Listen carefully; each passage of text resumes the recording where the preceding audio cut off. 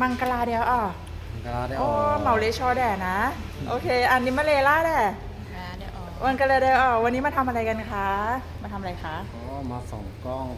มีปัญหา โรคกระเพาะครับ มีปัญหาโรคกระเพาะเป็นมานานหรือยัง เป็นเดือนกว่าแล้วครับ คนไหนเป็นคนไหนเป็น คน น้องสาว น้อง โอ สาว เคเอาเป็นมาเดือนกว่านะน้องมีปัญหาเรื่องโรคกระเพาะนะคะ มีแสบขึ้นมาที่ทรวงอกเนาะตอนแรกคิดว่าจะเอ็กซเรย์ปอดนะแต่พอตรวจแล้วคุณหมอบอกว่าเป็นกรดไหลย้อนก็เลยวันนี้ตัดสินใจที่จะส่องกล้องกระเพาะอาหารนะคะโอเค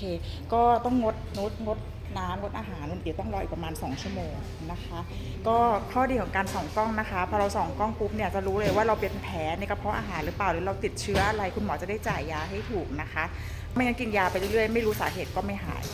โอเคงั้นเดี๋ยวรอไปส่องกล้องกันนะคะ